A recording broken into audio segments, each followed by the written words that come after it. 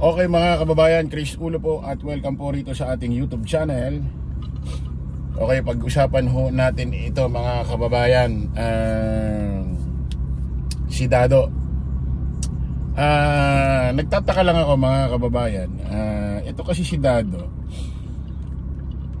bawat live niya iba't ibang iba't ibang lugar na ang kanyang pinupuntahan. At nung nakaraan, magkasama pa sila ng kanyang tuta na si Metran. Oo, isang kama pa. Isang kama pa tinulugan mga kababayan. Hindi mo alam kung bakit ha. Mukhang alam na. Ito mga kababayan, nakakapagtaka. Bakit itong malalaking vlogger ng DDS tulad ni Banat Bay, tulad ho nito ni Gagang Baliw na Maharlika na wala namang love life, hindi ho siya tinatapik. Hindi ho siya tinatapik, di ho siya nilalive, di siya binablog, di siya binabanggit. Parang walang pakialam sa kanya, no? Parang ang mga nagtatapik lang ho sa kanya, yung mga nasa laylayan na DDS vlogger lang, yung mga for the views lang. Pero itong mga sila Banat Bay, yung mga tinaguriang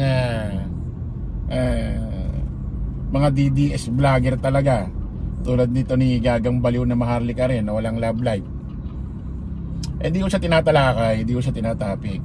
Hindi ko katulad nito hindi katulad ho to ni General Manas, ni General Macanas dati nung kinasuhan ho ng Philippine National Police yan, tinapik. In-interview pa ni Gagang Baliw na Maharlika na wala naman love life. Ito naman si Dado, kinasuhan ho ng direktor ng CIDG. Kilala naman ho natin yan, si General Torre. Hindi man lang ho tinatalakay, hindi man lang ho ini-interview ni Gagang Baliw na Maharlika na walang love life. At di rin ho tinatapik ni Banat Bay at ng mga ibang vlogger. May nagtatapik nga ho, yung malilit na vlogger lang, yung mga nasa laylayan lang. Bakit kaya? Ano kayang meron, Bakit kaya parang iba ang turing sa kanya? Ibig sabihin, hindi siya tinatalakay, hindi siya binibigyan pansin. Parang ang dating, there's something wrong. There's something wrong about this, di ba? There's something wrong about this issue, di ba? At ito si Pusit, also known as No Comment, also known as Shiminit, also known as Pusit, wala hong ginagawang pagbibigay ho sa kanya ng statement or pagbibigay ho ng suporta. Yung tipong gagawa ng statement, gagawa ng pahayag ito si VP Inday Sara Duterte bilang pagsuporta dito kay Dado, no? Bakit kaya, no? Samantalang si Dado nung nakaraan nagyayabang pa, sabi, hindi pa kami nakakapag-usap hindi pa kami nakakapag-usap ni Inday Feeling entitled daw, putik.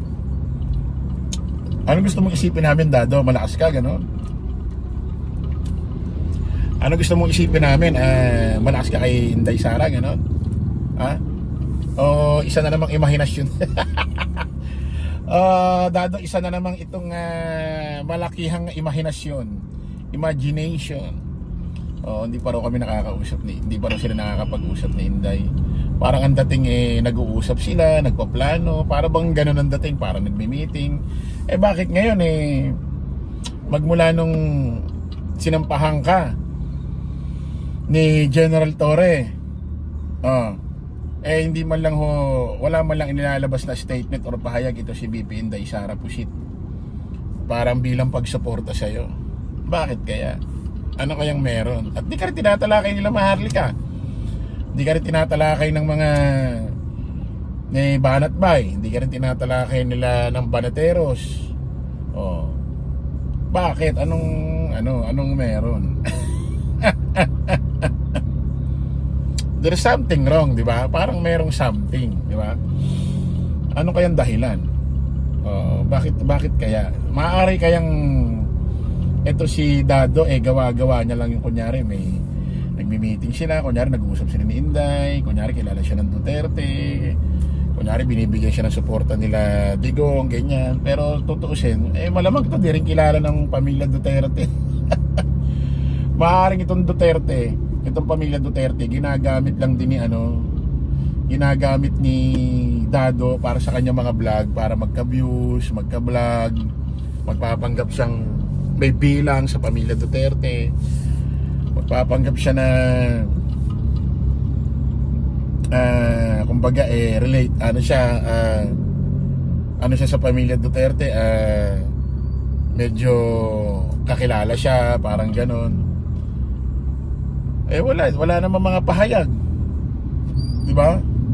Wala man lang pagbibigay suporta. Kasi kung magbibigay ng pahayag sila Duterte, pamilya Duterte, or si VP Inday Sara Duterte, magbibigay ng pahayag bilang pagsuporta sa'yo, sigurado itatapikan nila Banat Bay tsaka nila Maharlika.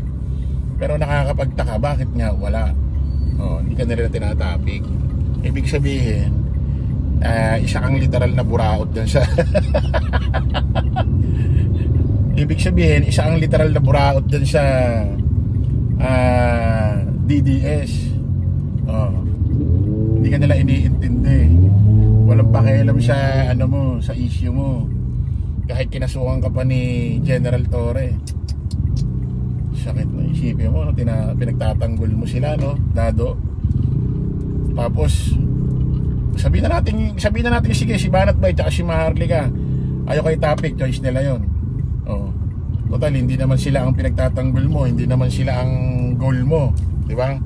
Pero isa man lang sa pamilya Duterte, especially pinagtatanggol mo si Pusit, si VP Inday Sara, sinasabi mong nakakapag-usap kayo, bakit wala man lang inilalabas na pahayag? Wala man lang inilalabas na statement para pagsuporta sa'yo kung bakit ka kinasuhan ng ganyan, di ba? Bakit?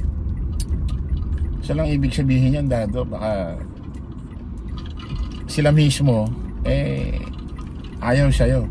Sa bagay, di naman din inutos ng pamilya Duterte na ipagtanggol mo kami. Di na naman inutos yata sa'yo yan. Choice mo yan. Diba? Wala wala nilalabas na statement, Dado. Bakit kaya? Ba't kaya ganun? Sabihin, tinabla ka na, Hindi ka rin tinatapik ni Maharlika, hindi ka rin tinatapik ni Banat Bay. Anong meron? Kaya nga sabi ko, isa lang ibig sabihin yan. There's something wrong about this. About this issue. Tatawa ako sa English na yun.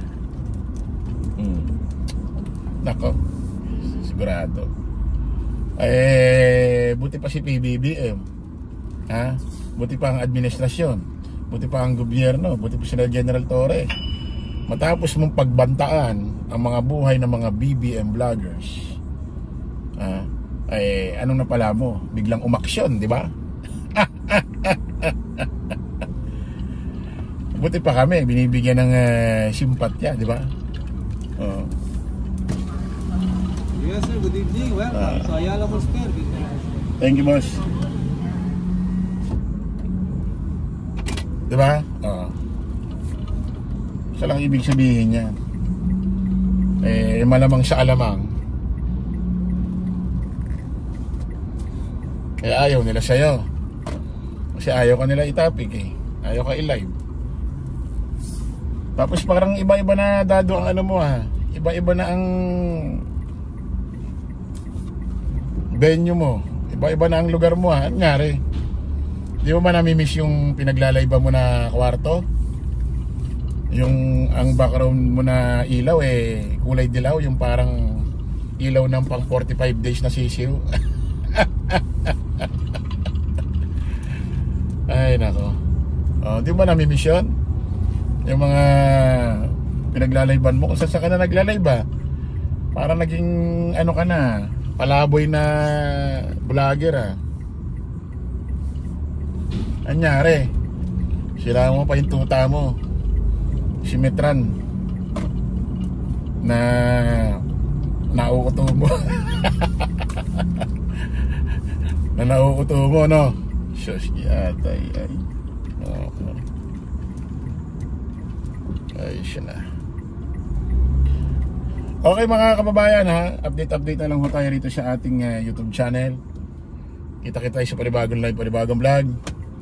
Paalam po pa samantalangin yung lingkod ng Krisulo. Lagi natin tatandaan doon, follow the majority, follow the right. Maraming salamat. Kita-kits po tayo ulit. Bye bye.